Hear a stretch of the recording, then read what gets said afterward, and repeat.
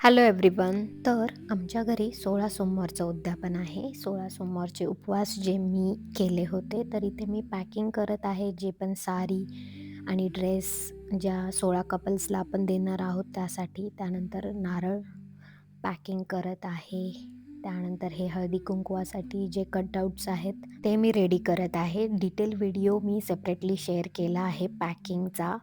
सामान कुठून घेतलं आहे, काय सर्व हे डिझाईन्स कसे बनवले, काय सर्व डिटेल्स मी त्यात सांगितलेले आहेत.